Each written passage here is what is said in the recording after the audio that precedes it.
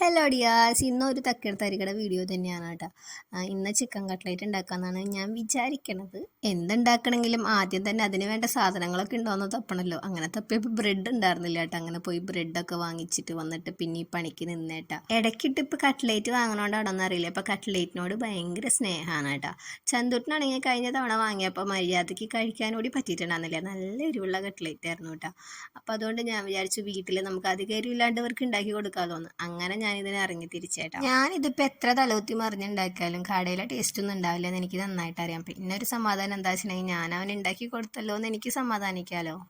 ഇങ്ങനെയുള്ള ചെറിയ ചെറിയ ആഗ്രഹങ്ങളൊക്കെ ആണെങ്കിൽ എങ്ങനെയൊക്കെ ഒന്ന് സാധിച്ചു കൊടുക്കാം. അല്ലാത്തതൊക്കെ പറഞ്ഞു കഴിഞ്ഞിട്ടുണ്ടെങ്കിൽ ഞാൻ മുകളിലേക്ക് നോക്കോട്ടെ. അങ്ങനെ നമ്മുടെ കട്ട്ലേറ്റൊക്കെ അവിടെ റെഡി ആയിട്ടുണ്ട്. അപ്പം ഞാൻ ചൂടൊക്കെ ഒന്ന് മാറിയിട്ടാട്ടോ കഴിച്ച് നോക്കണം. കാരണം കഴിഞ്ഞ തവണ എൻ്റെ കോളിഫ്ലവർ കഴിച്ചിട്ട് നാക്ക് പൊള്ളിയിട്ടുണ്ടായിരുന്നു. അങ്ങനെ കട്ട്ലേറ്റ് ചെറിയ ചൂടോടെ അങ്ങോട്ട് കഴിക്കാമെന്ന് വിചാരിച്ചു. നല്ല ടേസ്റ്റ് ഒക്കെ ഉണ്ടായിരുന്നു കേട്ടോ. എനിക്ക് നല്ല ഇഷ്ടമായി. അപ്പോൾ ഇന്നത്തെ വിശേഷങ്ങളൊക്കെ ഇത്രയേ ഉള്ളൂ. അപ്പോൾ എല്ലാവർക്കും ടാറ്റാ.